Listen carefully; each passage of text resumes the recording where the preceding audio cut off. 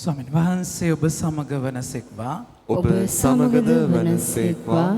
සුවිශේෂක ජෝම්තුමන් විසින් ලියන ලද දේව වාක්‍ය නම් මෙසේය. ස්වාමිනී ඔබ වහන්සේට මහිමය වේවා. ජේසුස් වහන්සේ තමන් වහන්සේගේ ශරීරය අනුභව සඳහා දෙන බව ඇසූ විට උන්වහන්සේගේ ශ්‍රාවකයෝ බොහෝ දෙනෙක් මෙය දරා ගන්නට බැරි කීමකි. එතුමානන්ට සවන් දී සිටිය හැක්කේ කාටදැයි තමන් අතරේ කතා කරගත්ත. ශ්‍රාවකයන් මෙසේ මැසිවිලි කියන බව ජේසුස් වහන්සේ දෙවැසින් දැන ඔවුන් අමතා මෙය ඔබට අධෛර්යයට පත්වීමට හේතුවක්ද. එසේනම් මනුෂ්‍ය පුත්‍රයාණන් පෙර සිටි තැනට නගින බව ඔබ දුටුවොත් කෙසේද? ජීවනය දෙන්නේ ආත්මය වේ. මාංශයෙන් කිසි ප්‍රයෝජනයක් නැත. මා ඔබට වදාළ වචන ආත්මයද ජීවනයද වෙයි. එහෙත් නොඅදහන සමහරෙක් ඔබ අතර සිටිති. වදාළසේක. එසේ වදාළේ නොඅදහන්නෝ කවුරුද කියාත් තමන් වහන්සේ පාවා දෙන්නට යන්නේ කවරෙක්ද කියාත් ජේසුස් වහන්සේ මුල සිටම දැනගෙන සිටි බැවිනි. එයින් උන්වහන්සේ වුණමතා මගේ පියාණන් වහන්සේගෙන් වරය ලැබූ කෙනෙකුට මිස අන් කිසිවෙකුට මා වෙතට පැමිණිය නොහැකි බව මා කීවේ එනිසායයි වදාළසේක.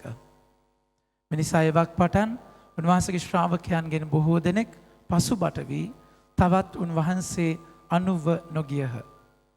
ජේසුස් වහන්සේ 12 දෙනා මතා ඔබත් ඉවත්ව යන්නට සිතන්නහු දැයි ඇසුසේක. සිමොන් පේදුරු පිළිතුරු දෙමින් ස්වාමීනි අප කවරෙකු වෙතට යන්නද? සදාතන ජීවනයේ වචන ඇත්තේ ඔබ වහන්සේ වෙතය. ඔබ දෙවියන් වහන්සේගේ ශුද්ධවරයාණන් බව අපි අදහමු. එසේම ඒ බව දනිමුයි කීය. ස්වාමීන් වහන්සේගේ ජීවනදායක සුභාරංචිය නම් මෙසේය. ක්‍රිස්තුනී ඔබ වහන්සේට ප්‍රශංසා වේවා. ඔබගේ ආදර ප්‍රමාන්තයනේ ස්වාමීන් වහන්සේගේ වචනය මාංශගත වෙන ගැඹුරු අත්දැකීම. අපි කියනවා වචනය තෙමද මාංශගත වුණේ අප සමගද වාසය කළේ කියලා. සප්‍රසාදයේ ගැඹුරු අර්ථය අපි ගොඩාක් දෙනට තේරෙන්නේ නැහැ. බිෂප් රොබර්ට් බැරන් සම්මේලනයක හරි ලස්සනට කියනවා ලෝකයේ 70%ක් කතෝලිකයන් සප්‍රසාද වහන්සේව හරියට දන්නෙත් නැහැ, අදහන්නෙත් නැහැ කියලා. ශ්‍රී ලංකාව මං හිතන්නේ ඊට වඩා වැඩිද දන්නේ නැහැ. අර ඒ කියන්නේ හුදෙක් සම්ප්‍රදායක් වත්පිළිවෙතක් එක්ක ජීවත් වුණාට සප්‍රසාද වහන්සේ තුල මොකද වෙන්නේ, ලබද්දී මොකද වෙන්නේ කියන මේ ගැඹුරු අත්දැකීම අපිට කී දෙනෙක්ද තියෙන්නේ මගේ ප්‍රේමාන්තයනේ. ඒතර ඒ අත්දැකීමත් එක්ක ඔබ ලබද්දී හුදෙක් ඔබ ලැබුවා කියන දේත් එක්ක දැන් ගොඩාක් දෙනෙට මේ දවස්වල දුකයි. ඇයි දුක? ජේසුව ලබන්න බැහැයි කියන එකත් එක්ක. ඒතර ඇහුවොත් එම ලබනකොට මොකද උනේ කියලා. ඒ කියන්නේ අර ලැබුවේ නැත්තම් අවුල් වගේ. ඒ කියන්නේ ඉරිදා වුණාම ලබන්න ඕනේ. ලබලා ඕනේ ඕන දෙයක් කරන්න නැද්ද? එතකොට දැන් ලබලා ඕන දෙයක් කරන්න බැහැනේ. ලැබුවාම වෙන්න දෙයක් තියෙනවානේ. එහෙම එකක් නැහැ. එහෙම එකක් නැහැ. ලැබුවේ නැත්තම් එතන නිකන් හරි නෑ වගේ, නිකන් මදි වගේ. ඒ කියන්නේ දවස ඉරිදා සම්පූර්ණ නෑ වගේ. නමුත් ලබලා ජේසු මේ ජීවිතයට එනවා කියන දේදී එතන ජීවිතේට මොන වගේ පරිවර්තනයක්ද වෙන්නේ කියන එකේදී ලොකු ප්‍රශ්නාර්ථ ලකුණක් තියෙනවා මගේ ප්‍රමාන්තනේ. සමහර වෙලාවට දැන් මේ සති දෙක ඔබට අනිවාර්යයෙන්ම ලබන්න බැහැනේ. ඒතකොට ඒ ලබන්න බැහැයි කියන අත්දැකීමේදී ඔබ ඇත්තටම ගැඹුරින් අහලා බලන්නට ඕනේ මම ලබපු ජේසුකෝ. මම කී පාරක් ලැබුවද? කොච්චර අවුරුදු ගාණක් ලැබුවද? මේ කොරෝනා එනකම්ම ලැබුවානේ. ඊට පස්සේ බෝම්බ ගහපු අවුරුද්දේ ඒත් ආයි ලබන්න හොරෙන් ලැබුවා අපි. දැන් මේක හොරෙන් ලබන්නත් බෑ. ඒක හොරෙන් ලබන්නත් බැරි තත්වයක කොරෝනා ඇවිල්ලා තියෙන්නේ. බෝම්බ ගැහුවම හොරෙන් ගිහිල්ලා ලැබුවා. දැන් මෙහෙම කරන්න බෑ. දැන් මේක මේ ඩෙල්ටාවත් එක කොහොමත් කරන්න බෑ මගේ ප්‍රේමාන්තනේ. ඉතින් ඒ තැනදී දැන් අපි අහන්නට ඕනේ මම ලබපු ජේසුකෝ. ජේසු ලැබුවා කියලා මගේ ජීවිතයට මොකක්ද වුනේ? මගේ ජීවිතේ මොනවද පෙරලිය? දැන් ලුණු කද්දි ප්‍රෙෂර් වැඩි වෙනවානේ. නේද? සීනි කද්දි ෂුගර් වැඩි වෙනවා. තේරුණාද? කියන එක මේක තෙල් කද්දි තෙල වැඩි වෙන්නේ නැහැ. තෙල කද්දි කොලෙස්ටරෝල් වැඩි වෙනවා. ඉතින් ඒක මේ කන දේ අපිට බලපාන්නට ඕනේ. එතකොට ඔබ vitamin C, vitamin E, D නැත්නම් තවත් සින්කොවිට් කියන මල්ටි විටමින් මේ දවස්වල හොගාලා බොනවා. ඒ බොද්දි කොරෝනා වලට ෆයිට් කරන්න බලය හම් වෙනවා. ඉමුන් සිස්ටම් එක වැඩි වෙනවා. මේ ඔක්කොම ගද්දි විටමින් මේ පෙතිවලට ඉමුන් සිස්ටම් එක වැඩි වෙනවා නම් මගේ ප්‍රේමවන්තයනි දැන් ජේසුව ලබද්දි ඔබගේ මොනවද වැඩි වෙලා තියෙන්නේ? එහෙම මුකුත්ම වැඩි වෙච්ච ගතියක් තේරෙන්නේ නැහැ. එනිසා තමයි අද උන්වහන්සේ අද සුවිශේෂයේ අද අවසානයේ ජොන්තුමාගේ සුවිශේෂයේ ප්‍රලෝග් එකේ මේ යුකරිස්ටික් එපිසෝඩ් දේව සප්‍රසාද වහන්සේ ගැන කතා කරන කොටසේ අවසානයේ ඔබට කියන්නේ තීරණයක් ගන්න පැහැදිලිවම ජීවිතය සම්බන්ධව. මගේ ප්‍රමාදනේ ජොන්තුමාගේ සුවිශේෂය ඒක අපි හදාරන්නට ඕනේ. ජොන්තුමාගේ සුවිශේෂයේ අපි දකිනවා අන්තිම රාත්‍රී භෝජනයේ අන්තිම භෝජනයක් නැහැ. අන්තිම රාත්‍රී භෝජනයේ තියෙන කකුල් හොදන එකක්. අනිත් සුවිශේෂ තුනේම අන්තිම රාත්‍රී මේක තමයි ප්‍රධානම දිව්‍ය සප්‍රසාදයේ ස්ථාපිත කරන තැන ප්‍රධානම තැන ජොන්තුමා ගැඹුරින්ම කතා කරන චරිතයක් ඇවිල්ලා. නමුත් දිව්‍ය සප්‍රසාද වහන්සේ ස්ථාපිත කරන තැන එතන නැහැ. පාද සෝදනය තියෙන්නේ. ඔවුන් ආහාර වැළඳු පසු මොකද වෙන්නේ? ඔවුන් ඒ පාද සෝදන අත්දැකීමට එන්නේ. තර ගොඩාක් වෙලාවට ජොම්තුමා කතා කරන්නේ ජොම් 21 ගන්න 21 15 ගන්න බලන්න එතන වචනේ කතා කරලා කියනවා ජොම් 15 21 ජොම් 21 15 ඔවුන් ආහාර වැළඳු පසු දැන් මේ ආහාර වළඳනවා කියන එක අපි තේරුම් ගන්න ඕනේ. මේ ජොම්තුමාට මේ බයිබලයේ අන්තිමට කතා කරලා කියනවා මගේ ප්‍රේමවන්තයනි බයිබලයේ ඔක්කොම පොත් ලිව්වා නම් අපි අවසාන පරිච්ඡේදයට යමු 21 වෙනි පරිච්ඡේදයේ ජොම් කතා කරලා කියනවා මේ වෙච්ච සිද්ධි ඔක්කොම ලිව්වා නම් මේ විශ්වය ඉඩ පොත් තියන්න ඉඩමදි කියලා කතා කරලා කියනවා. තේරුණාද කියන එක? 25 වෙනි වගන්තිය. ජේසුස් වහන්සේ කළ තවත් බොහෝ දේ ඇත. ඒවා එකින් එක ලිව්වොත් ලියන ඒ පොත්වල මුළු ලෝකයවත් ඉඩමදියයි කියමි. දැන් එහෙම එච්චර දේවල් ලියන්න තියෙන එකේ කෑම කෑවා නෑවයි මූණ හේදුවයි දත්මත්දයි කියලා ලියන්න බෑ මගේ ප්‍රමාණයට. ඇයි මේ කෑම කෑවා කිය විතරක් ලියන්නේ? කෑම කෑවා කියන එකේ ලොකු තේරුමක් තියෙනවා. ජුදා සම්ප්‍රදායේ කෑම කනවා කියන එකේදී ජීවිතය බෙදා ගන්න තැනක් තියෙනවා.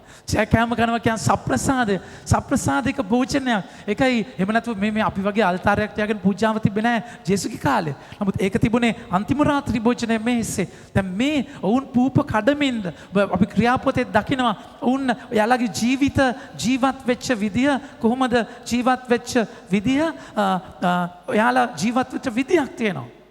ඉතින් මේ ජීවත් වෙච්ච විදියේදී එයාලා පූප කඩනවා කියන එක එයාලගේ ජීවිතයේ සාමාන්‍ය දෙයක්. ඉතින් ඒ සාමාන්‍ය දේ තුල මේ සප්‍රසාදික ගනුදෙනුව මේ පූප කඩන තැනදී මොකද තිබුණේ? මේ මගේ ශරීරයයි කියලා ජේසු කිව්ව දේ ස්ථීරවම ජීවත් කරපු තැනක් මගේ ප්‍රේමවන්තනි.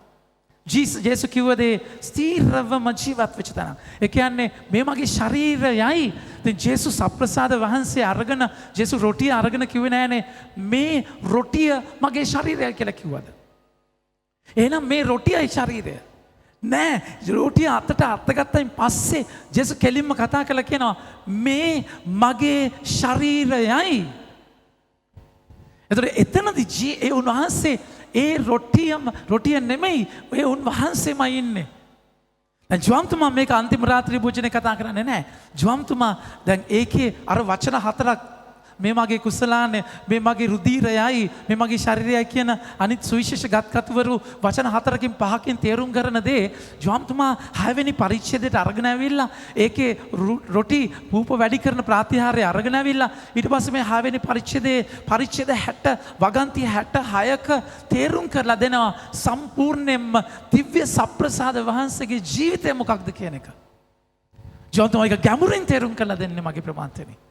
එතකොට මේ මගේ ශරීරයයි මගේ ප්‍රේමවන්තනි මේක මේ සප්‍රසාද වහන්සේත් එක්ක ජීවිතය ගැන කතා කරද්දී 1 කොරින්ති 11 වෙනි පරිච්ඡේදයේ ස්වාමින් වහන්සේ පවුලතුමාට කියන වචන බලන්න 23 වෙනි වගන්තිය.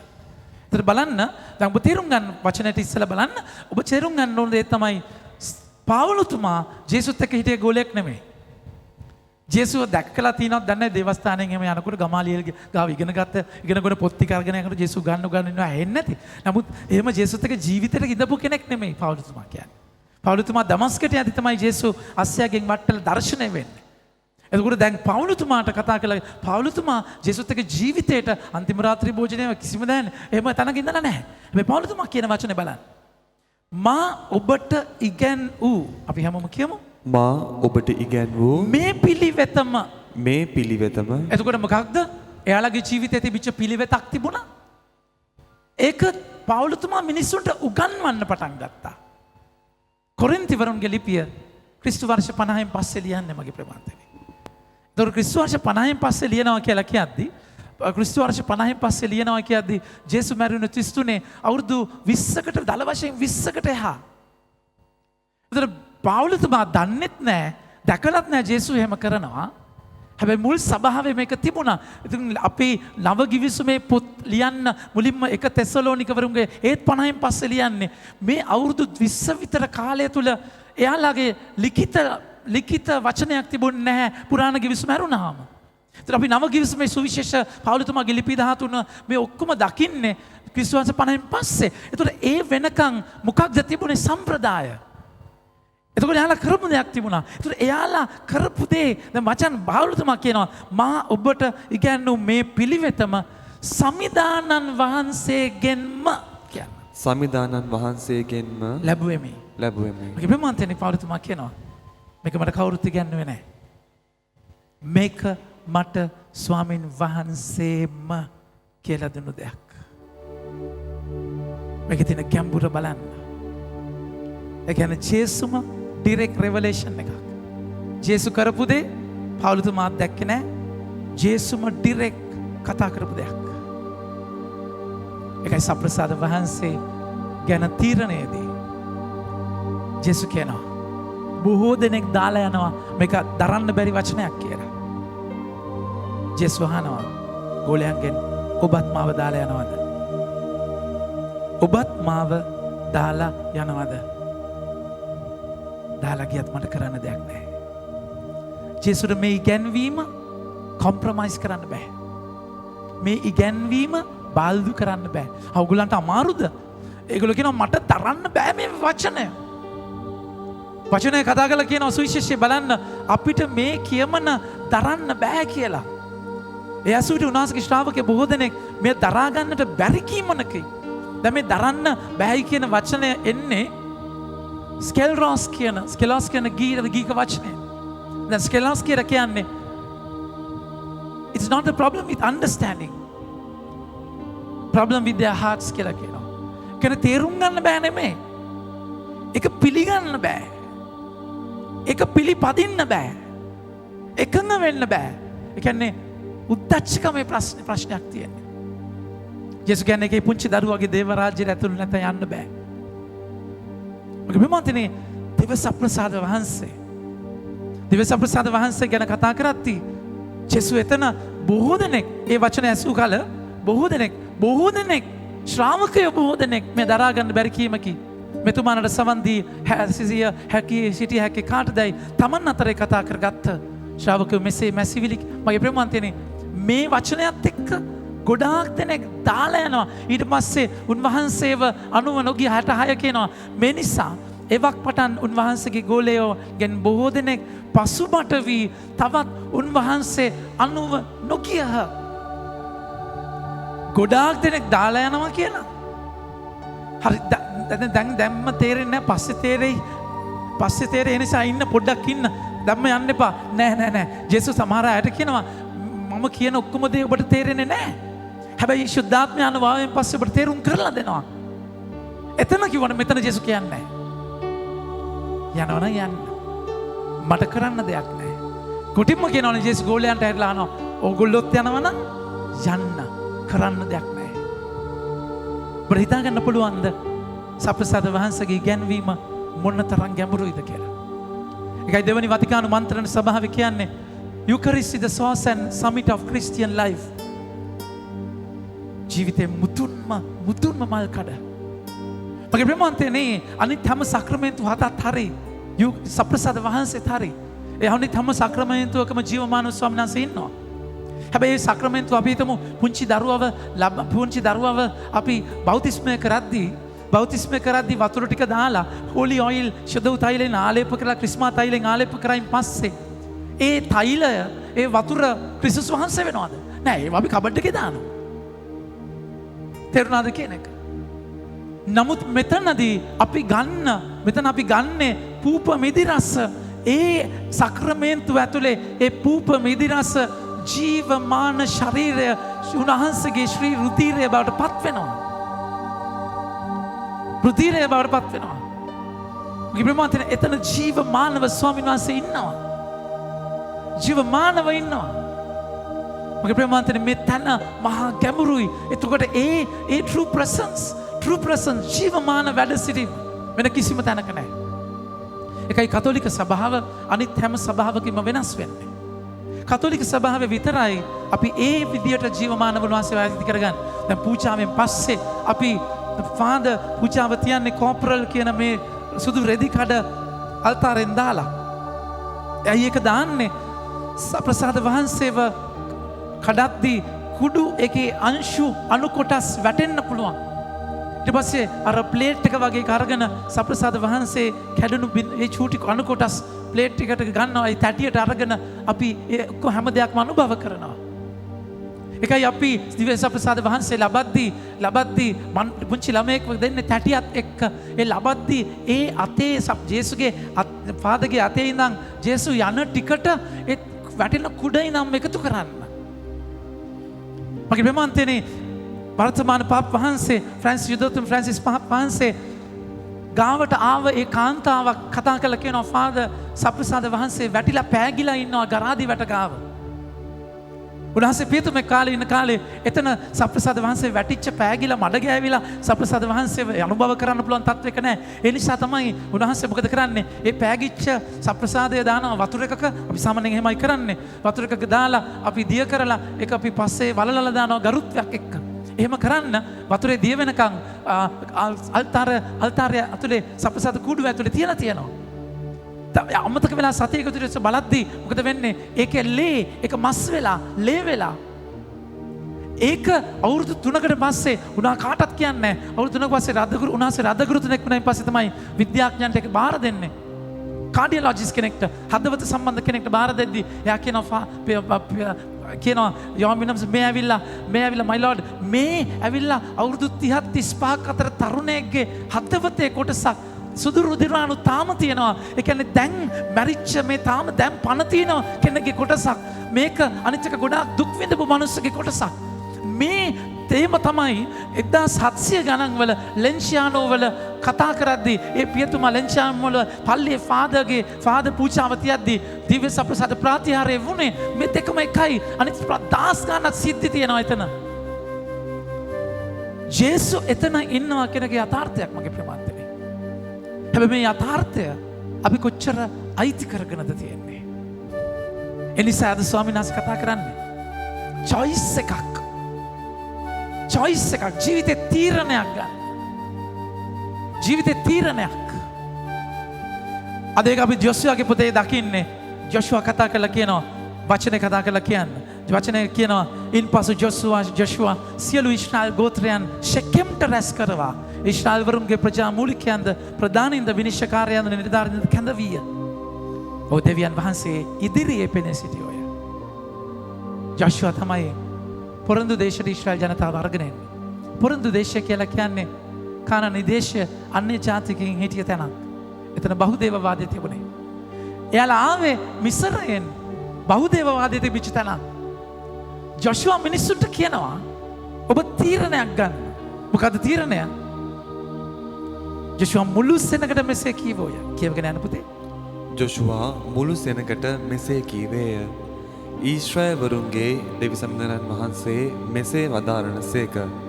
යට ගිය දවස ආබ්‍රහම්ගේද නාහෝර්ගේද පිය වූ තේරා වැනි නුඹලාගේ පියවරු යුප්‍රටිස් කඟෙන් එතර වාසය කරමින් අන් දෙවිවරුන්ට වැඳුම් පිතුම් කළෝය. මොකද කියන්නේ? එතන යුප්‍රටිස් වලින් එහා අන් දෙවිවරුන්ට වැඳුම් පිදුම් කරා. දැන් මෙතන තව දෙවිවරුන්ට වැඳුම් පිදුම් කරනවා. ඒ වැඳුම් පිදුම් කරන අතර එක හරි මෙතනදී උන්වහන්සේට කතා කළ කියන 15 වෙනි වගන්තියේ 14 කතා කළ කියන බලන්න.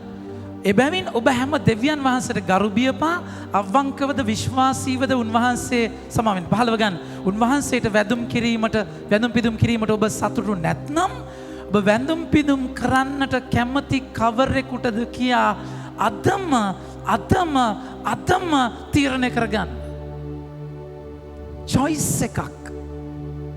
ඒක අද තීරණය කරන්න.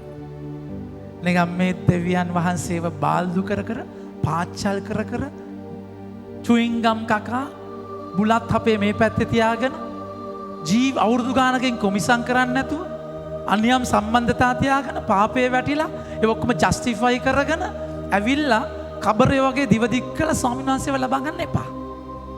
දැන් කොහොමද ලබා ගන්න බෑ. නතර වෙලා හිතන්න.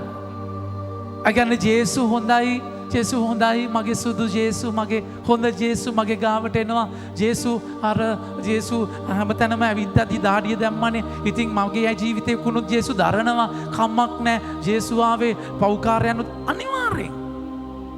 අනිවාර්යෙන්. හැබැයි මංගල භෝජනයට ඇරයුම් කරලා මගුල් ඇඳුමකින් සැරසිලා ආවේ නැති අයව නිරයට දැම්මා.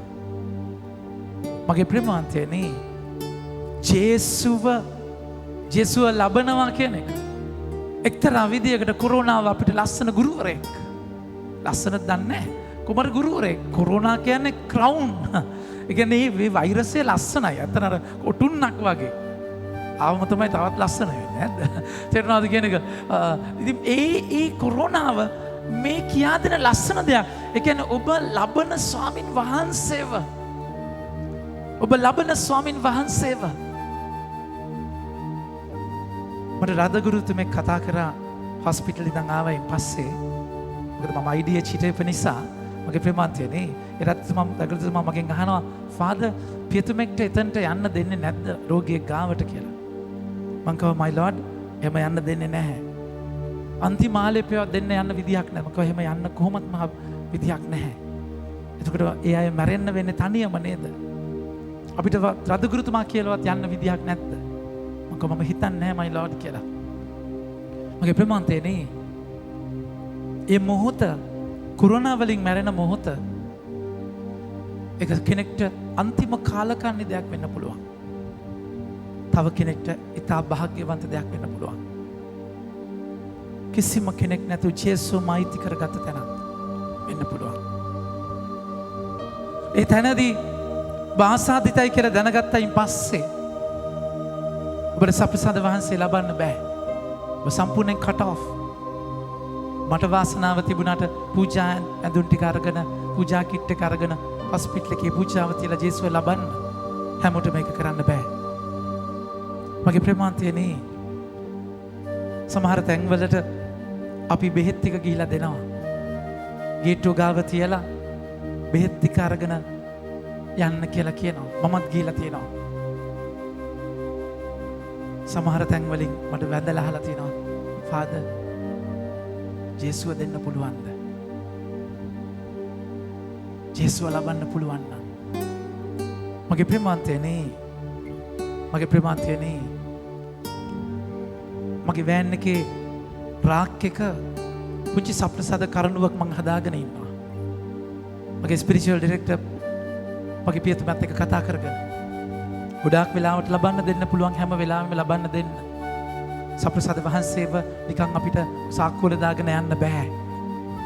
ඒ නිසා තමයි එතන ගෞරවත්වයක් එක කෝපරල් එකක් දාලා ලී වලින් පුංචි කරඬුවක් හදලා සප්‍රසාද වහන්සේව තියලා සමහරට එක ගෙදරකින් ගිහිල්ලා තව ගෙදරකට යද්දී පුංචි වැඩ දෙක තුනකුත් කරන්න වෙද්දී මේ වගේ තත්වයකදී පිතුමා කිව්වා එහෙම කරන්න කියලා.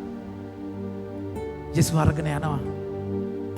සමහරවිට ජේසුව දෙනවා කියද්දී ජේසුව ලබනවා කියද්දී ඒක මහා ගැඹුරු අත්දැකීමක්. උන්වහන්සේව මිස් වෙන එකේ තියෙන ලස්සනක් හිතන්න වෙලාවක්. තීරණයක් මගේ ප්‍රමාණය. තීරණයක්. බහලා බලන්න ඔබ ජේසුව ලැබේ කොහමද?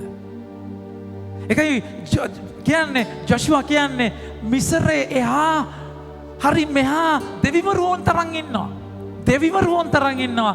ඔබ තීරණය කරන්න අතම ඒ කියන්නේ මේ නමස්කාර කරනවා කියලා කියන්නේ මගේ ප්‍රේමවන්තනේ ලස්සනට ඇවිල්ලා වැඳලා ආමෙන් කියලා දිවදික් කරලා ගන්න එක නෙමෙයි. එහෙම ගන්නට ඕනේ හරි. නමස්කාර කරනවා කියලා කියද්දී උන්වහන්සේට මේක ලස්සනට ඉංග්‍රීසි ට්‍රාන්ස්ලේෂන් එකේ ලස්සනට කියනවා are you ready to serve the Lord? Serve the Lord. Worship is serving. You give your whole life to him. ස්වාමීන් වහන්සේට මුළු ජීවිතේම දෙන අත්දැකීමක්. නමස්කාරය කියලා කියන්නේ එකයි. සැබෑ නමස්කාරයේදී ඔබ ඔබගේ ජීවිතය ස්වාමීන් වහන්සේට බාර කරනවා. සප්‍රසාදය කියන්නේ එතනයි. මගේ ප්‍රේමවන්තයනි ඒක එහෙම වෙන්න ඔබ කොච්චර ලෑස්ති වෙනවද? සූදානම් වෙනවද? ඒකයි 1 කොරින්ති 11:27 උන්වහන්සේ කතා කරලා කියන්නේ මේ සූදානම ගැන.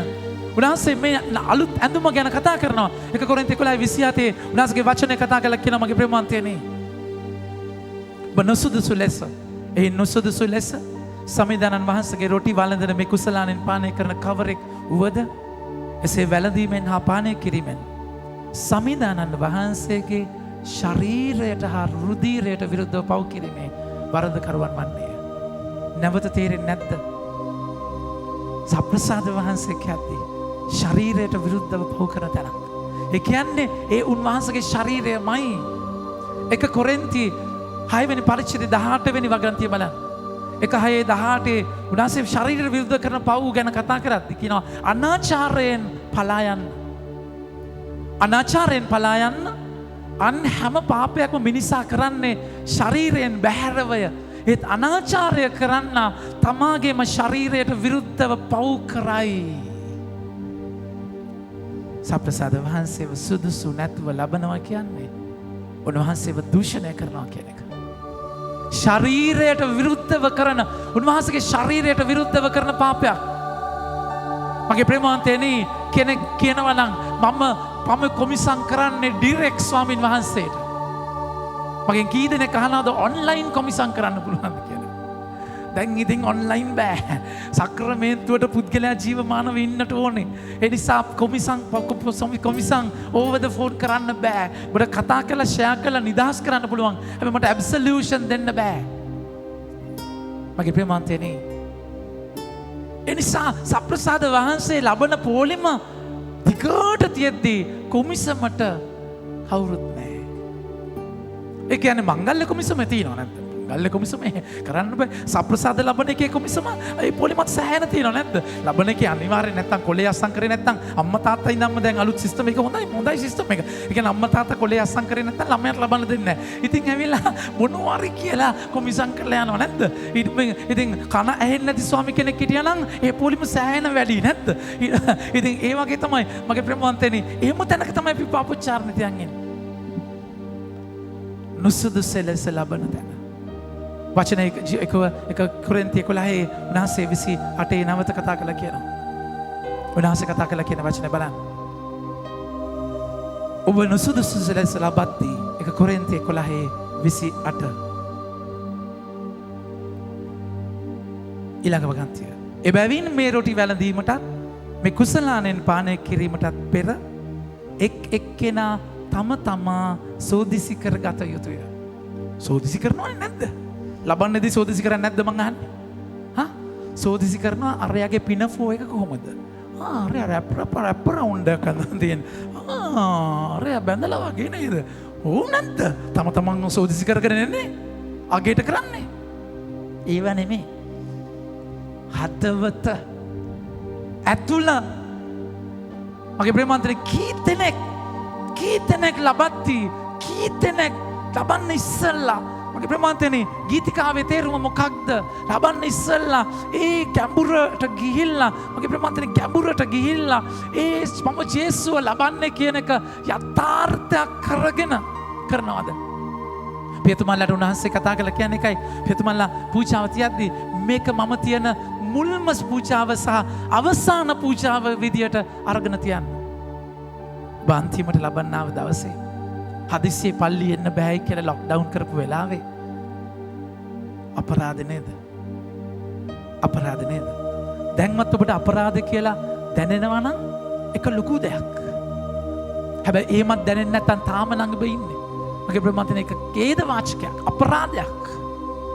එනිකයි උන්වහන්සේ කතා කරලා කියන්නේ තීරණයක්. ජොෂුවා කතා කරලා කියනවා ඔබ තීරණය කරගන්න අදම තීරණය කරගන්න ඔබ වඳිනවද නැද්ද ස්වාමින් වහන්සේට.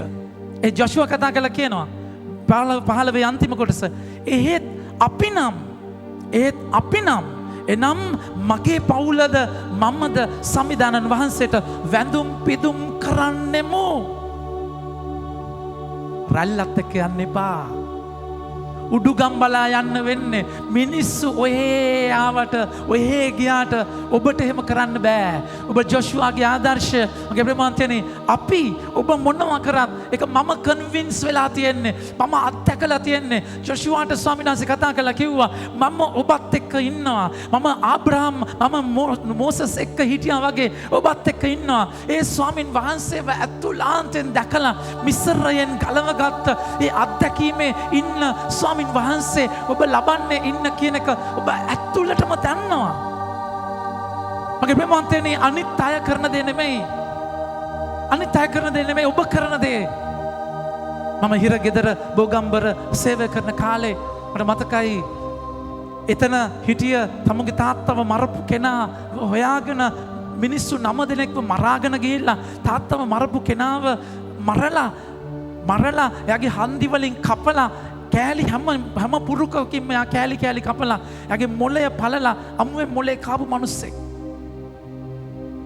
එයා ජීවිතේ දැන් යන්නේ. අවුරුදු 400 ගානක හිර දඬුවමින් නිදහස් වෙලා දැන් ජේසුස් ගැන දේශනා කරනවා. මාත් එක්ක සහෝදරයෙක් වගේ වැඩ කරනවා. මගේ ප්‍රමාන්තිනේ මම දැක්කා මම හිරගෙදරට මුලින්ම ගිය වෙලාවේ මම දැක්ක මේ මිනිස්සයා මේ පුත්කලයා ජේසුව ලබලා එන විදිය වෙනස්. එයා බයිබලේ පාවිච්චි කරන විදියත් වෙනස්. ජේසුව ලබලා එන විදියත් වෙනස්. බයිබලේ යා හાર્ට් එකක කුෂන් එකක් උඩ තියාගෙන එයා බයිබලේ ඒගොල්ලන්ට මේස නැහැ. බයිබලේ තියෙන බංකුව උඩ තියලා নমස්කාර කරලා ඉඳගන්නේ. එයා ජේසුව ලබලා මම දවස් දෙක තුනක් සතියකට එකපාරයි අපි යන්නේ. මෙයා නැගිටින්නේ නැහැ. සමහර වෙලාවට සමහර දවස්වලට මම බලනවා පූජා ඉවර වෙලා අපි කතා කරගෙන එයා නැගිටින්නේ නැහැ. ඇස් දෙක පියාගෙන ඉන්නවා. මං කතා කළා ඒව දිසානායක අයියේ මොකක්ද කරන්නේ? හරි සුන්දර හිනාවක් මාගේ දිහා බලලා සහෝදරතුමනි මම ජේසුව ලැබුවායින් පස්සේ මම අහනවා ජේසුගේ ජේසුව අද ඔබ වහන්සේ මට දෙන්නේ ඔබ වහන්සේගේ මොන ශරීර කොටසද කියලා. තියොලොජිකල් නෑ මගේ ප්‍රමාණය.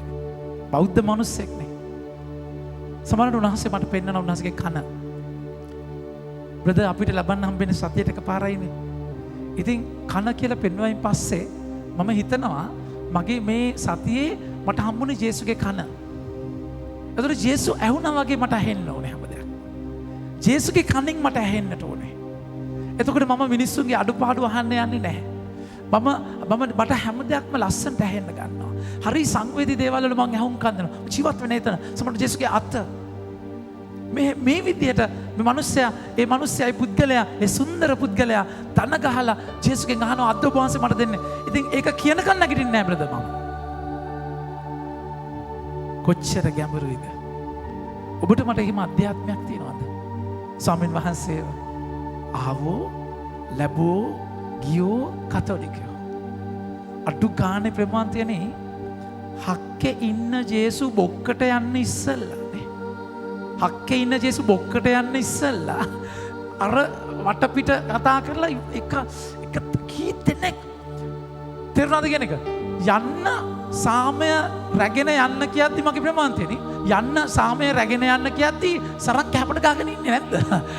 තේරුණාද කියන එක? තුවන්න බලාගෙන ඉන්නේ අර පොඩ්ඩක් හරි පූජාව වැඩිලා නැද්ද? තුවන්න බලයි බත් මුට්ටිය ලිපේ තියලා නැවිලා ඉන්නේ. මම ජේසුව ලැබුවා. උන්වහන්සේත් කතා කරන්න ඕනේ. උන්වහන්සේත් එක්ක ඉන්න ඕනේ. කීද නැද්ද ඉන්නේ? ලැජ්ජ නැද්ද මගේ ප්‍රමාන්තිය? ලැජ්ජ නැද්ද? මම ඔබට විතරක් නෙමෙයි මටත් එක්ක කියන්නේ මේ දේශනා කරාට.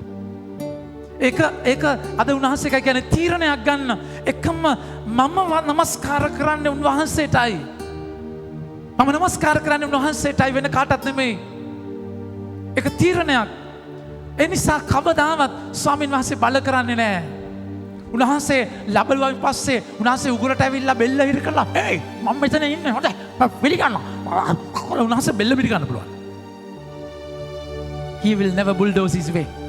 ස්වාමීන් වහන්සේ කවද බල කරන්නේ නැහැ. සද්ද නැතුව යනවා. සද්ද නැතුව යනවා.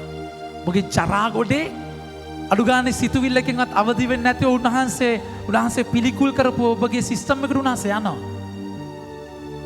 ජුදාස් සප්‍රසාද වහන්සේව ලබද්දී යක්ෂයා ඇතුළු වුණේ. යක්ෂයා ඇතුළු වුණේ. වචනේ කතා කරලා කියනවා. ඒ නිසා උන්වහන්සේ අද කියන්නේ තීරණයක් ගන්න. ඔබ යනවා නම් යන එක හොඳයි. ජරා විදියට ස්වාමීන් වහන්සේව ලබනවට වඩා. ඒක උන්වහන්සේ කතා කරලා කියන්නේ ඒක කොරින්ති 11 වෙනි පරිච්ඡේදයේ 29 වෙනි වගන්තියේ උන්වහන්සේ කතා කරලා කියන වචනේ බලන්න. උන්වහන්සේ කියනවා නුසුදුසු ලෙස ලබද්දී සමිදානන්ගේ ශරීරයේ යන්නේ අර්ථය තේරුම් නොවීම සහ රොටි වළඳන කුසලානෙන් පානය කරන තැනැත්තේ එසේ වැළඳීමන පානය කිරීමෙන් තමාම වරදකරුවෙක් කරගන්නේ. ඔය වචනේ කොහොමද තියාගන්නේ? මගේ ප්‍රේමන්තයනේ ඔබ දන්නවද? මරණීය පාපයක් එක්ක ලබද්දී මරණීය පාපයක් එක්ක ලබද්දී ලබන එකත් මරණීය පාපයක් වෙනවා කියලා. ගොඩාක් අය ඒව දන්නේ නැහැ. එතකොට ඔබ කොමිසම් කරන්නේ නැතුව ලබන අවුරුද්දක්වත් කොමිසම් කරන්නේ නැතුව ඔබට ලබන්න බෑ කියලා ඔබ දන්නවද? ඒ වගේම දේවස්ථානයෙන් විවාහ වෙච්ච නැති සක්‍රමේන්තුවක් වෙච්ච නැති දේවස්ථානයෙන් විවාහ වෙන්නේ නැතිව රජයෙන් විතරක් විවාහ වෙලා තාම පල්ලි ඇවිල්ලා බඳින්න බැරිව ඉන්න අයට ලබන්න බෑයි කියලා ඔබ දන්නවද? දැනගන්න. ඒ තමයි සභාවේ නීතියක් එක තියෙන කොටස්. හැබැයි ඊට වඩා ඔබගේ හෘද සාක්ෂියට එකඟව ඔබ කොච්චර ලෑස්ති වෙලාද ස්වාමීන් වහන්සේව ලබන්නේ? අනේ යන්න ෆාදර් යන්න. ජේසුස් මාව තේරුම් ගන්නවා. උන්වහන්සේ හරි හොඳයි. උන්වහන්සේ ඔබවහන්සේට තේරෙන්නේ නැති වුණාට ජේසුස්ට මාව තේරෙනවා. ජේසුස් පිටයි. ගිල ලබන්න. තේරුණාද කියන එක? මගේ ප්‍රේමාන්තයනේ වචනේ ඊළඟට කතා කරලා කියන බලන්න. මේ නිසා ඔබ අතර බොහෝ දෙනෙක් දුර්වලව රෝගීව සිටිති. සමහර දෙනෙක් මරණයට ගොදුරු වී සිටිති. මගේ ප්‍රේමාන්තයනේ එනිසායි ජොෂුවා කතා කරලා කියන්නේ අද මේ තීරණය ගන්න. අද මේ තීරණය ගන්න. මොකද මගේ ප්‍රේමාන්තයනේ මේ ජොෂුවා කියන්නේ සප්‍රසාද වහන්සේ නෙමෙයි. ජොෂුවා කියන්නේ ස්වාමීන් වහන්සේට ඇති සම්බන්ධකම ගැන. මේ සම්බන්ධකමේ තියෙන ගැඹුරුම තැන තමයි සප්‍රසාද වහන්සේ. ස්වාමීන් වහන්සේ මේ සම්බන්ධකම කියද්දී උන්වහන්සේ එකයි කියන්නේ මගේ ප්‍රේමාන්තයනේ ඔබ මාව අනුභව කරන්නට ඕනේ. අනුභව කරනවා කියද්දී ඒකේ වචනේ අපි කියනවා එස්තියෝ කියලා වචනයක් තියෙනවා. ඒකමයි humanity. මිනිස්සු කාන්ත පිළිවෙලට ඉඳගෙන කන්නේ. ට්‍රෝගෝ කියන්නේ animal eating. අර කොටියෙක් මස් කෑල්ලක් අරගෙන තලු මර කන්නේ. ජේසු මේකේ අඩු ගානේ මේක ලස්සනට දැන් මේකේ වචන දෙකක් සිංහල නැති නිසා ඉංග්‍රීසියෙත් වචන දෙකක් නැති නිසා අපිට තේරුම් කරන්න විදියක් නැහැ. ඒකේ තියෙන ෆීලිං එක මූඩ් එක. ජේසු පාවිච්චි කරන්න තිබුණ අඩු ගානේ එස්තියෝ කියලා. human eating කියන එක. ඒකත් නෙමෙයි කියන්නේ ට්‍රෝගෝ. ඒ කියන්නේ අර සතෙක් වගේ මාව කන්න අර හප්පලා කොටු කරලා පොඩි කරලා අම්බරලා මාව කන්න කියද්දි මගේ ප්‍රේමන්තයනේ දැන් උන්වහන්සේ ඒක මිනිස්සුන්ට හිතා ගන්න බෑ. අපි ලෙවි ව්‍යවස්ථාවේ 17:11 වෙනි වගන්තිය බලන්න.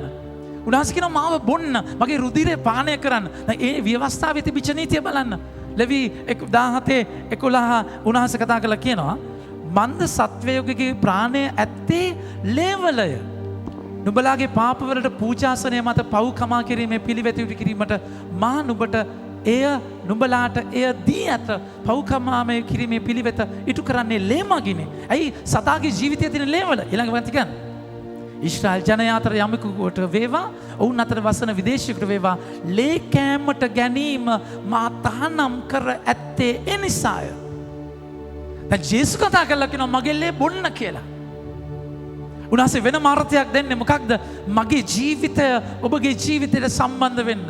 අනුභව කරනවා කියන එකේ තේරුම ඒකයි. ජීවිතය එදා කෑම මේසෙක අනුභව කරද්දී මම ඔබත් එක්ක කෑම කනවා කියලා කියද්දී එලිදරව් 3:20 ඔබ දොරට තට්ටු කරනවා. ඔබ ඇරියොත් මම ඔබත් එක්ක කෑම කනවා කියද්දී එම්මාවුස්ලා අපි දකිනවා උන්වහන්සේ කෑම කනවා යාලත් එක්ක. කෑම කද්දී උන්වහන්සේ නොපෙනෙනවා. පූප කඩද්දී උන්වහන්සේ නොපෙනෙන යනවා. පේන්නේ පූපය විතරයි. උන්වහන්සේ වගේ උන්වහන්සේගේ ප්‍රකාශය වීම වෙනස් වෙනවා. මගේ ප්‍රේමාන්තයනේ මේ සප්‍රසාද වහන්සේව ලබන එකේ ගැඹුරු ඒක හරි සෙන්ටිමෙන්ටල් දෙයක් ලස්සන දෙයක් ඒකේ හරි හැඟීම් බර දෙයක් වගේම ජීවත් වෙන ජීවිතයක් තියෙනවා. ඒක උන්වහන්සේ කතා කරලා කියන්නේ මාව අනුභව කරේ නැත්තම් ඔබට ජීවිතයක් නැහැ. දැන් මේ අනුභව කරනවා කියන එකේ මගේ ප්‍රේමාන්තයනේ ස්වාමී ජෝම්තුමා කතා කරලා කියන වචනේ මොකක්ද? උන්වහන්සේ කතා කරලා කියනවා මගේ ප්‍රේමාන්තයනේ 57 වෙනි වගන්තිය ජුවම් 6:57 ජීවමාන පියාණන් වහන්සේ මා එවා වදාළ බැවින් මා පියාණන් වහන්සේ නිසා ජීවත් වෙන ලෙසම මා අනුභව කරන තැනැත්තා මා නිසා ජීවත් වෙයි. ඒ කියන්නේ මම නිසා ජීවත් වෙනවා කියද්දී අර්ථ දෙකක් තියෙනවා. එකක් මොකක්ද? මම ජේසු මගේ ගාවට ආවිල්ලා මට ශක්තියක් වෙන නිසා මම ජීවත් වෙනවා. එක. ඒක තමයි සප්‍රසාදේ පළවෙනි කොටස. හැබැයි දෙවෙනි කොටස ජේසු නිසා මම ජීවත් වෙනවා. ඒ කියන්නේ මොකක්ද? ජේසු වෙනුවෙන් මම ජීවත් වෙන්න ගන්නවා.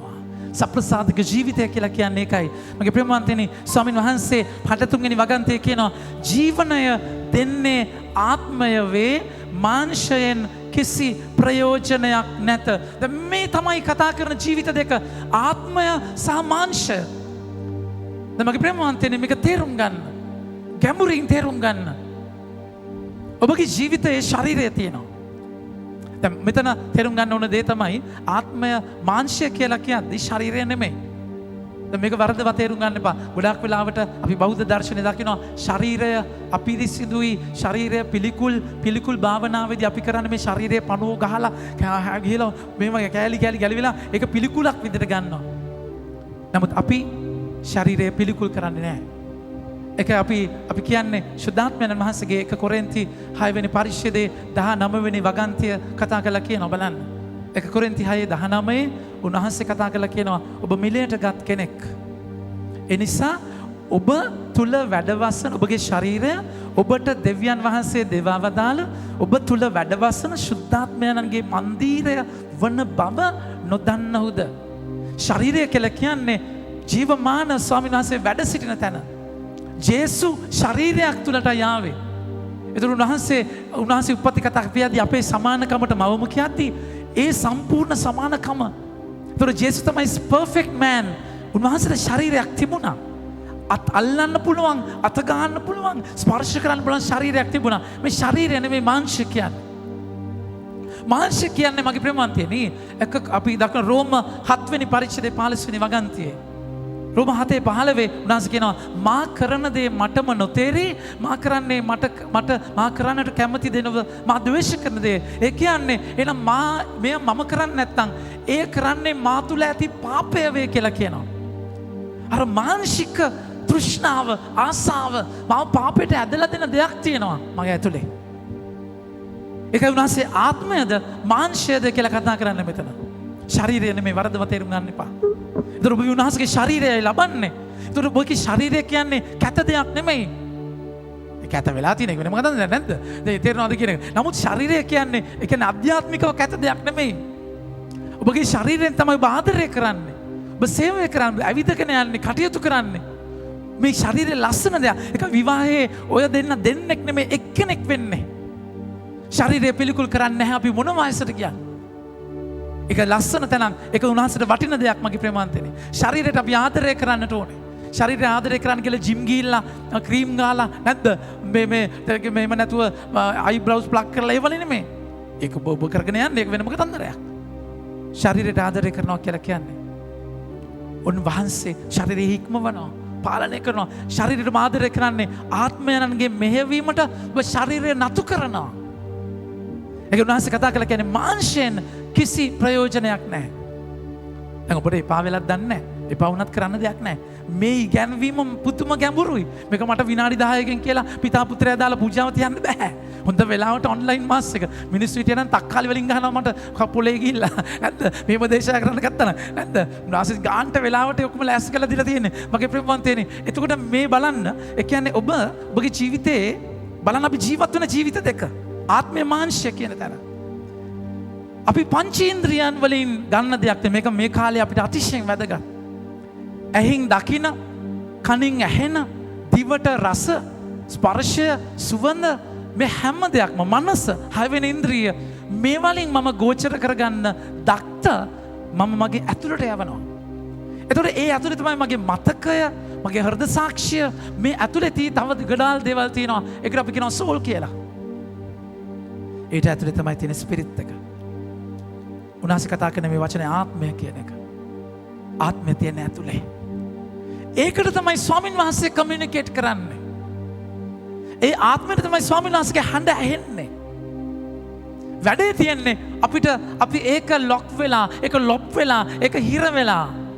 අපි ඔක්කොම ඩේටා වලින් ජීවත් වෙනවා. මොකද අනිත්‍යව ඇඟට පතර දැනෙනවානේ පංචේන්ද්‍රිය. ඒකනේ යකා ඇවිල්ලා ඇසට රමණීයයි, දිවට ප්‍රණීතයි, නුවණ වැඩුමට කදිමයි. පංචේන්ද්‍ර හයවෙනි ඉන්ද්‍රිය නම තියෙනවා. ආත්මයට මුකුත් නැහැ. ජේසුස් කියනවා මම ප්‍රකාශ කරන වචන ආත්මයද ජීවනයද වෙනවා කියලා. උන්වහන්සේ මතයතුමාගේ 4 අපි දකිනවා උන්වහන්සේ බඩගින්නේ ඉඳලා කුස්සිගිනුනායින් පස්සේ යක්ෂයා ගල් අරගෙන කියනවා මේක පාන් කරන් කන්න කියලා. ජේසුස් මොකද කියන්නේ? මිනිසා ජීවත් වෙන්නේ කෑමෙන් පමණක් නෙවෙයි මගේ පියාණන් වහන්සේගේ මුවින් නික්මෙන සෑම වචනයකින්ම. ඒ කියන්නේ මේ ආත්මික ගනුදෙනුව. ආත්මික ගනුදෙනුව. මගේ ප්‍රමුඛන්තේ දැන් ඔබ මොකද වෙන්නේ මේ කාලේ? ඊයේ කොරෝනා මරණ 194 අයියෝ එදා 200 ගණන් අයියෝ තිරාද කියන එක හරිද මෙතන අතන රාගම එක්කෙනෙක් වැටිලා හිටියා අනේ දැන් ගෙවල් වල මැරිලා වැටෙයි දැන් මොකද්ද වෙන්නේ තේරුණාද ඔය ඩේටා අරගත්තයින් පස්සේ ඔය ඩේටා වල තමයි ඔබ ඉන්නේ ආරංචිත් එක්ක ඔබ ඉන්න ගන්නේ ආරංචිය වැඩි වුණොත් සුභාරංචියට වඩා ඔබ මාංශයෙන් තමයි කටයුතු කරන්නේ බය ඩිප්‍රෙෂන් එක තේරෙනවද ආතති රියැක්ට් කරලා ජීවිතේ නන්නත්තර වෙන තැනකට යනවා හැබැයි ඔබගේ ආත්මය පනපුවන කෙනා ආරංචියට වඩා සුභාරංචියට ඔළුව දාන කෙනාගේ ස්පිරිත්ව වැඩ කරනවා මේ සිද්ධිය ඇස්සේ ස්වාමීන් වහන්සේ මට කතා කරන්නේ මොකක්ද මේ ව්‍යසනය ඇස්සේ ස්වාමීන් වහන්සේ මාව මෙහෙවන්නේ මොකටද මගේ ජීවිතේ කිසිම දෙයක් නැති තැනත් උන්වහන්සේ මාව බලාගන්න ස්ථිරත්වය දිව්‍ය සංරක්ෂණය රැඳෙන විදිය මේ තමයි ආත්මික ජීවිතය මගේ ප්‍රමාන්තනේ මට තියෙන දේ ගොඩ ගහගෙන උතුරුන දෙයින් උදව් කරනවා නෙමෙයි මට තියෙන දේ කඩා ගන්න තරම් මට ආත්ම විශ්වාසයක් එනවා ස්වාමීන් වහන්සේ මාත් එක්ක ඉන්නවා කියන එක දැන් මේ ආත්මික ජීවිතයට පෝෂණය ලැබෙන ප්‍රධානම විදිහ දෙක උන්වහන්සේගේ වචනය සහ දිව්‍ය සප්‍රසාදය මගේ ප්‍රමාන්තනේ ඒක උන්වහන්සේ කියන්නේ ආත්මය මේ ශුද්ධාත්මය මෙහෙවන තැන ශුද්ධාත්මය ඔබගේ ආත්මය වේවනවා ගලාති 5 උන්වහන්සේ 16 වෙනි වගන්තිය කියනවා බලන්න මාංශික තෘෂ්ණාව ආත්මයන් වහන්සේගේ මඟ පෙන්වීම ඇතිව හැසිරෙන්න එවිට ඔබ මාංශික තෘෂ්ණාවලට වසඟවන්නේ නැත මේ කන්ට්‍රඩික්ෂන් එක මේ රණ්ඩුව බලන්න මන්ද මාංශික තෘෂ්ණා ආත්මයන් වහන්සේට විරුද්ධය ආත්මයන් වහන්සේද මාංශික තෘෂ්ණාවලට විරුද්ධය දෙපාර්ශවය අතර ඇති මේ විරෝධය නිසා ඔබ කැමති දේ ඔබට කළ නොහැකිය ජේසුස් කියනවා ආත්මයෙන් මාංශික කිසි වැඩක් නැහැ ආත්මයෙන් තමයි අපේ ජීවනය දෙන්නේ උන්වහන්සේ කතා කළා කියලා මම ප්‍රකාශ කරන වචනය ආත්මද ජීවනයද වෙයි මගේ ප්‍රමාන්තනි සප්‍රසාදය තුළ එකයි අපිට ගොඩාක් වෙලාවට ප්‍රශ්නයක් තියෙන්නේ මේ ආත්මික ගනුදෙනුවකට අපි ගිහිල්ලා නැහැ. පුරුද්දක් විදිහට කතෝලිකයෙක් විදිහට ලබලා ඇවිල්ලා තියෙනවා. හැබැයි දැන් ඔබට ආරාධනාවක් තියෙනවා. ඔබ ලබලා ජේසුස් ඔබ තුළ ඉන්නවා. උන්වහන්සේ ගිහිල්ලා නැහැ. අපි සප්‍රසාද කරඬුවේ සප්‍රසාද කූඩුවේ ස්ථාපිත කරපු ස්වාමින් වහන්සේ තේරනාද කියන එක මම මේක පෙන්නලම කියන්නම්.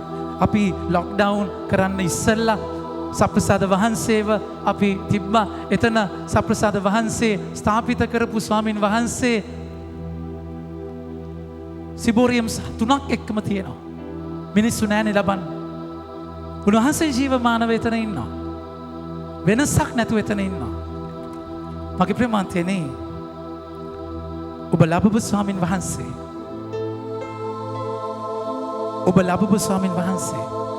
ඔබ තුළ ඉන්නවා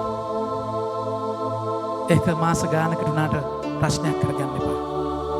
අද අපි යමු අත්දැකීමට තීරණයකට වචනය ඔබගේ බයිබලයේ තියෙනවා වචනයත් එක්ක ඒ ජේසුගේ ආත්මික ගනුදෙනුවට යන්න. ඒ මාංශය මරලා මාංශය පරදලා ආත්මික ප්‍රබෝධයකට යන්න මේක ඥාන කාන්තියක් මේ ලොක්ඩවුන් එක ඥාන කාන්තියක් කරගන්න මට පාළුයි මට තනි මට කවුරුත් නෑ අයියෝ අනේ කොරෝනා මරෝනා නැද්ද තේරෙනවද මේවත් එක්ක ඉන්න නෙමෙයි ආත්මික ගැඹුරු ගනුදෙනුවකට යන්න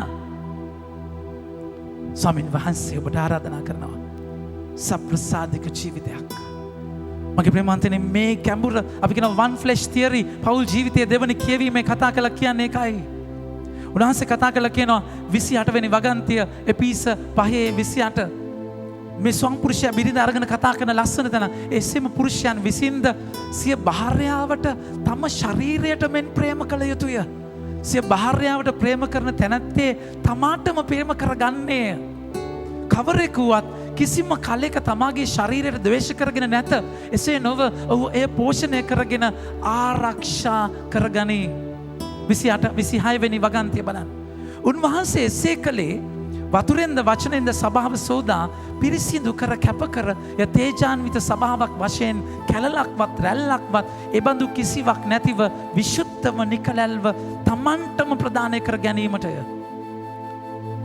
29 දෙවනි කොටස ක්‍රිස්තුස් වහන්සේ සභාව ගැන සලකන්නේත් එසේමය මන්ද ඒ උන්වහන්සේගේ ශරීරය වන බැවිනි අපි ඒ ශරීරයේ අවයව වයමු මේ නිසා මගේ ප්‍රියමන්තයනේ බලන්න මේ ගැඹුර පෞල් ජීවිතය හරහා කතා කරන ගැඹුර ස්ත්‍රිය පුරුෂයා එක්කෙනෙක් වෙනවා ඒක ස්පිරිචුවලි ස්පිරිට් එකෙන් එක්කෙනෙක් වෙනවා ආත්මයෙන් එක්කෙනෙක් වෙනවා ශරීරයෙන් එක්කෙනෙක් වෙනවා ඒකයි විවාහය සම්පූර්ණ වෙන්න තමුන්ගේ කැමැත්ත consent and conjugal union කැමැත්ත සහ ස්වභාවික ලිංගික එකතුව මේ දෙකම තියෙන්නට ඕනේ නැත්නම් විවාහයක් සම්පූර්ණ නැහැ.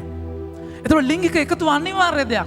ඒක ලිංගික බෙලහීනතාවයක් තුන ඇතුළ විවාහයක් නැහැ.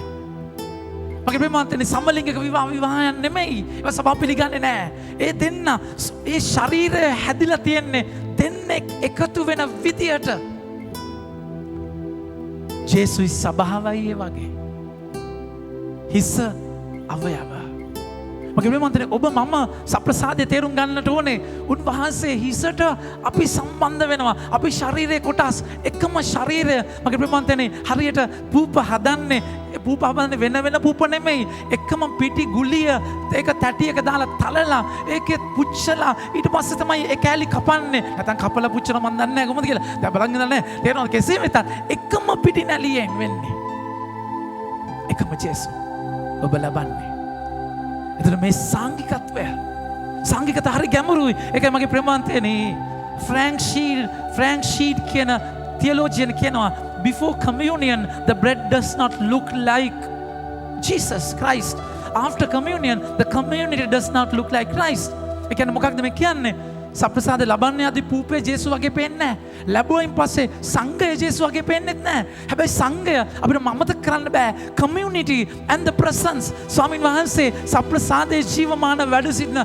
සප්‍රසාදයේ ජීවමාන ස්වාමීන් වහන්සේ සාංගික සංඝය තුල ජීවමාන වැඩ සිටිනවා ඒ නිසා ලබලා සප්‍රසාදික ජීවිතයකට ගියේ නැත්නම් ජීවිතේ කැඩෙන තැනකට අපි උනේ නැත්නම් අපි ලබන එකේ තේරුමක් නැහැ ඒක සංකල්පයක් ප්‍රතිපත්තියක් නිකන් පුරුද්දක් විතරයි මගේ ප්‍රේමවන්තයනි.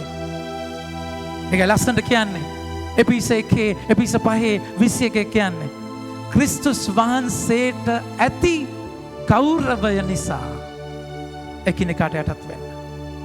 ජේසු නිසා යටත් වෙන්න. මගේ ප්‍රේමවන්තයනි මේක තමයි සප්‍රසාදික ජීවිතය. සප්‍රසාදික ජීවිතය. බිරින්දවරුන්ට කතා කළා කියන මොකක්ද කියන්නේ? ඒ නිසා මිනිස්සෙක් සමා වෙන්න. ඔය වැඩිම 22 භාර්යාවනි ඔබ සමිදානන් වහන්සේට මෙන් තම ස්වාමි පුරුෂයාට යටත්ව සිටින්න. ජේසු නිසා මගේ ආදර ප්‍රේමවන්තයනි. ජේසු නිසා යටත් වෙන්න. ප්‍රායෝගිකව බිරින්දවරුන්ට කතා කරන්න. ඔබ ඔබගේ ස්වාමි පුරුෂයාට ගරු කරන්න. යටත් වෙනවා කියන එකයි. එයාට ඕනේ ගරුත්වය. ස්වාමි පුරුෂයනි ඔබ ඇයට ආදරය කරන්න. ඇයට ඕනේ ආදරය. මේ පටල ගන්න එපා. ජේසු නිසා ජීවත් වෙනවා කියන තැන. සප්‍රසාදික අමාරුයි. ජේසුස් සභාවට ආදරය කරා වගේ ඔබගේ බිරිඳ ආදරය කරන්න කැදී අමාරුයි. ජේසුස් සභාවට කොහොමද ආදරය කරේ? මල්ලු යනට ගිහිල්ලා අනේ තාත්තේ මේ පාත්‍රය ගන්න මට නම් බෑ පුළුවන් නම් ගන්න කියලා කෑ ගැහුවා. සප්‍රසාදික ජීවිතේ ලේසි දෙයක් නෙමෙයි. ඒක කවදාවත් ලේසි දෙයක් නෙමෙයි. ගඳත් එක්ක ආදරය කරන එක ලේසි දෙයක් නෙමෙයි. ජීවිතේ කඩලා අගපේ ආදරය කරන එක ජේසුස් දෙයක් ලේසි දෙයක් නෙමෙයි. ඒකට බලය ඕනේ. ඒ බලය මම සප්‍රසාදයෙන් ලබන්නේ දේව වචනයෙන් ඒ පන්නරය ලබන්නේ. ඒ ලබලා සප්‍රසාදික ජීවිතයකට මම පරිවර්තනය වෙන්නට ඕනේ. එතකොට මැරෙනවා කියන එකට බය නැහැ. අපි ආවේ මැරෙන්න. ජීවත් වෙන්න. ජීවිතය තුළ මැරෙන්න. ජීවත් වීමෙන් මැරෙන්න. මගේ ප්‍රේමාන්තයනේ ඒ තීරණයයි අද ස්වාමීන් වහන්සේ ගන්න කියන්නේ. කොච්චර ගැඹුරුයිද නේද? සප්‍රසාද වහන්සේව ලබලා නිකන් අපි ලබලා ආමෙන් කියලා ගිහිල්ලා මොකක්වත් වෙච්ච නැති අපේ ජීවිතවලට අද උන්වහන්සේ තීරණයක් ගන්න කියනවා. එක්කෝ හරියට ලබන්න. නැත්තම් නොලබ ඉන්න. ජුදාස්ලා වගේ ලබලා සාතන්ලා වෙන්නේ නැතුව. කෙලසලා ලබන්නේ නැතුව. නිසා ඔබ සාධාරණීකරණය කරගෙන කමන්නේ ජේසුස් තේරුම් ගන්නවා මෙයා මොනවා කිව්වත් මට වැඩක් නැහැ කියන තැනක. තව ජුදාස් කෙනෙක් වෙන්නේ නැතුව. ලබන්න ආදරයෙන්, භක්තියෙන්, ගෞරවයෙන් ඒ ලබන්න නැත්තම් ලබන්න නැතුව ඉන්න. පිරිසක් ප්‍රතිචාර තුනක් තියෙනවා. කට්ටියක් උන්වහන්සේව දාලා යනවා. පේදුරුතුමා කියනවා ස්වාමිනේ අපි වෙන කාගාවටද යන්නේ? ජීවනදායක වචන ඇත්තේ ඔබ වහන්සේ ගාව. අපිට වෙන ඔප්ෂන් එකක් නැහැ. ඔබ වහන්සේ විතරයි. ඔබ වහන්සේ විතරයි. ඒ තැනක අපි ස්වාමීන් වහන්සේ ගාවට යමු. පේදුරු එහෙම කියලා දාලා යනවනේ නේද? අර කාන්තාව කියද්දි ගිනි තප තප ඉන්නේ නැද්දි දන්නවද කියලාද්දි දායයි කියලා කියන්නේ. මවකේ දියුරලා කියන දන්නේ නැහැ. හැබැයි ජේසුස් අතාරින්නේ නැහැ. දුර්වල අපි ලබන්නට ඕනේ. ඒකෙන් කියන්නේ දුර්වල අපි ඒක උන්වහන්සේ කතා කරලා කියන්නේ තැළුණු බිඳුණු සිත් ඇත්තන්ට උන්වහන්සේ ළඟව සිටිනසේක. අද ගීතාවලියේ 34:18 උන්වහන්සේගේ වචනේ බලන පිළිතුරු ගියේ. එතනින් අපි අවසන් කරමු. අයිති කරගමු. සමිදානු බිඳුණු සිත් ඇත්තන්ට ළඟව සිටිනසේක. තැළුණු හැදවත් ඇත්තන්ට පීඨවනසේක. උන්වහන්සේ දමිටුන්ට බොහෝ ආපදායතක්. වචනේ බලන්න. දමිටුන්ට හොඳ අයට බොහෝ ආපදායතක්. සමිදානෝ ඒ සියල්ලෙන් ඔවුන් මුදා හරින සේක. එතුමාන ඔවුන්ගේ ඇගේ එක ඇටයකුදු නෑර ඔවුන් රක්නා සේක. ඉන් එකක්වත් බිඳෙන්නට නොහරින සේක. මේ දුක් විඳින දාස ගැන කියන්නේ ජේසුගේ එක ඇටයක්වත් කැඩුන්නේ නැහැයි කියලා කියනවා. දනිස්ස කඩලා මරන්න ඕන වෙලාවේ ජේසු මැරිච්ච නිසා හෙල්ලෙන් ඇන්නේ දනිස්ස කැඩුවොත් මේ පොරොන්දුව කැඩෙන නිසා කියලා කියනවා. මොකද එක ඇටයක් නොබිඳුණු බැටළු පොතකයාගේ කටු කැඩිලා තියෙන්න බෑ. තුවාල 5700කට වඩා තිබුණාට. උන්වහන්සේ අපිට කියනවා දමිනුට බොහෝ ආපදා තිබුණා. ස්වාමීන් වහන්සේ බත් එක්ක ඉන්නවා. සප්‍රසාදික බලය විඳිමු. ආපදා තියෙනවා, රිදෙනවා, වසංගත ගොඩාක් ප්‍රශ්න. ඒ තුල සප්‍රසාදික ජීවිතයක ජීවත් වෙන්න අධිකාරී බලය නැසගේ වචනයෙන්ද මාංශයෙන්ද අයිති කරගෙන සප්‍රසාදික ජීවිතයක ජීවත් වෙන්නට බලය ඉල්ලලා මේ යාගය තුළ අපි මැදිහත් වෙමු.